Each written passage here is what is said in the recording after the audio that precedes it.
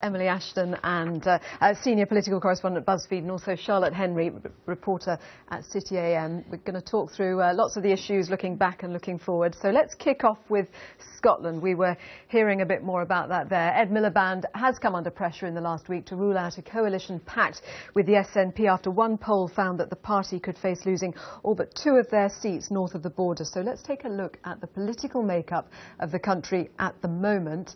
I think we can see a map, hopefully, which will show Labour in red, dominant in the central belt, particularly around Glasgow. They hold 41 of the 59 Westminster seats right now. SNP in yellow, they actually lost 1 seat in 2010 and were cut to 6.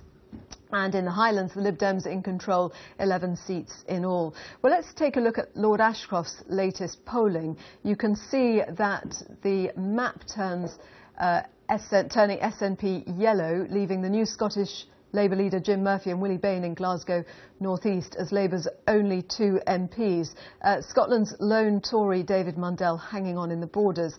On those predictions, the SNP would have 56 out of 59 MPs in Scotland, and if that was the case, here are the party grandees who would be swept away. The Shadow Foreign Secretary Douglas Alexander, the Chief Secretary to the Treasury Danny Alexander, the former Liberal Democrat leader Charles Kennedy, and Gordon Brown at the end. He's actually standing down, but we've put it on because Labour are predicted to lose that seat in Kirkcaldy and Cowdenbeath, where he had a majority of 23,000, the safest Labour seat in Scotland.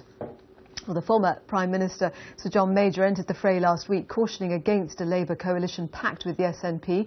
He told the Telegraph they'd be relying on support from a party that will use every strategy it can to break up the UK. We have a tragedy in the making, he said, the alienation of the Scots from the English. Well, let's talk here in the studio about the implications of that. Emily and Charlotte here. I mean, it's been bubbling under for some time, these predictions of an SNP wipeout in Scotland, but it is becoming more to the fore of the debate. Emily, what do you think the impact would be? Yeah, I mean, the election campaign really seems to have kicked off today, doesn't it? You've got this big advert released by the Conservatives, a big shot of Alex Salmond and Ed Miliband in his pocket. You know, so Ed Miliband, you know, is being told what to do by Alex Salmond is the kind of gist of that.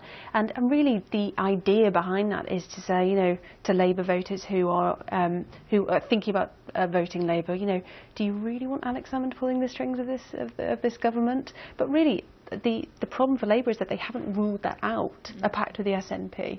And until they do that, these adverts will just keep coming. And after the whole row about English votes for English laws, Charlotte, it's a particularly explosive issue, isn't it? I think it is. I think, you know, people like to think we don't actually get bothered by our constitution, but actually I think these are pretty fundamental things to people when they're voting. And Emily's right, Labour haven't explicitly ruled it out because in a way they can't, because then the SNP are going to say in Scotland, if you want SNP, you know what you have to do, you have to vote for us. And so Labour are sort of stuck in this between a rock and a hard place, you know, whether they tell the SNP to go away, whether they try and, you know, flutter their eyelids and show a bit of ankle at the SNP. They're really stuck now, and it's extraordinary how Scotland, this Labour heartland, has completely collapsed around them. And, I mean, the polls are still putting the Tories and the Labour Party neck and neck. Yeah. So in the end, is it inevitably going to come down potentially to a race between another Tory Lib Dem coalition or Labour SNP, whatever is said at this stage? Of course, the great unknown of UKIP. We don't know how many seats they're going to take this time around as well. Who would they start working with the Conservatives? And on that, I mean, looking at the Liberal Democrats, they've got their spring conference coming up. So let's just take a closer look at their fortunes, because the spring conference kicks off on Friday, and they are unusually chipper for a major party facing single-digit poll figures. Some analysis too from the BBC trending team, which makes for happy reading for Liberal Democrats on Twitter. They've been rating MPs' public engagement by assessing the percentage of tweets that are replies. Nick Clegg came out on top against the other leaders, 15% of his tweets being replies, which compares to 0% for the Prime Minister. And the most engaged MP of all, they're suggesting it's another Lib Dem, Tim Farron. 93% of his tweets were replies. Why does that matter? What does that tell us? Well, it depends what you use Twitter for, doesn't it? I mean, Prime Minister obviously uses it as a way to simply put statements out and the ideas that he's thinking and his team want to put out there. Looking at the replies to most of those tweets, I'm not surprised he's not replying to these people.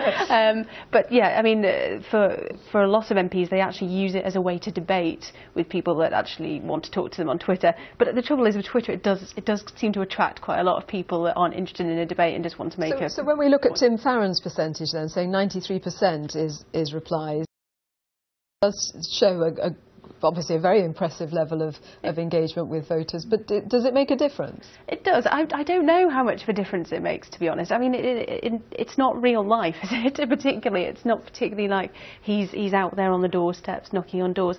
The trouble is with Twitter, there is a bubble of people that use it, and I'm not sure.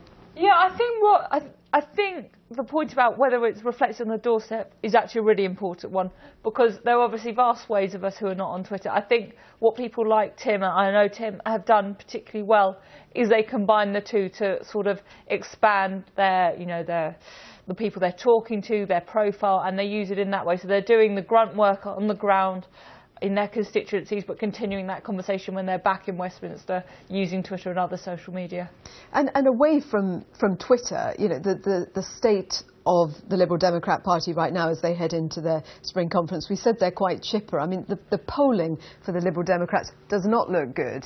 There is a sense that they're no longer the repository for the protest vote. What's your view on that, Charlotte? Well, I think that's right. I think that protest vote went in May 2010, the minute they walked in, Nick Clegg walked into the Downing Street Rose Garden. I think that was done.